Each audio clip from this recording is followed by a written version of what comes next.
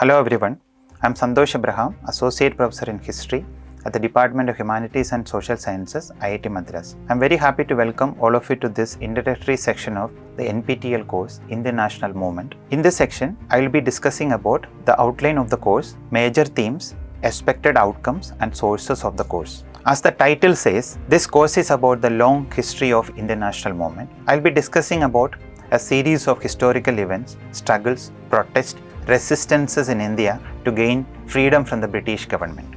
In the first 5 modules, I will be introducing the history of the emergence of the British and the earliest responses of the Indians towards British colonialism. In these themes, I will be discussing about the early British Orientalist and Anglicist ideologies and the early resistances and uprisings in the Indian subcontinent, particularly the 1857 revolt, which is also called as the First War of Independence.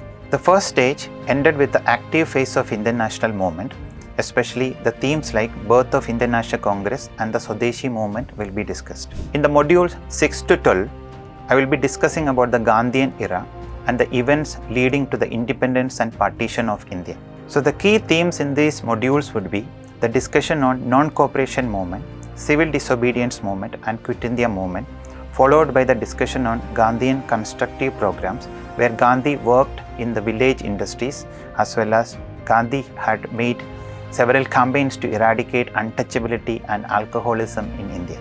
The final modules, I will be talking about the later histories of 1940s where there were several attempts to create the nation which unfortunately resulted in the partition of Indian subcontinent into 2 countries. Along with the facts and objective knowledge, I will also be giving you theoretical scholarly interpretation, particularly from the books.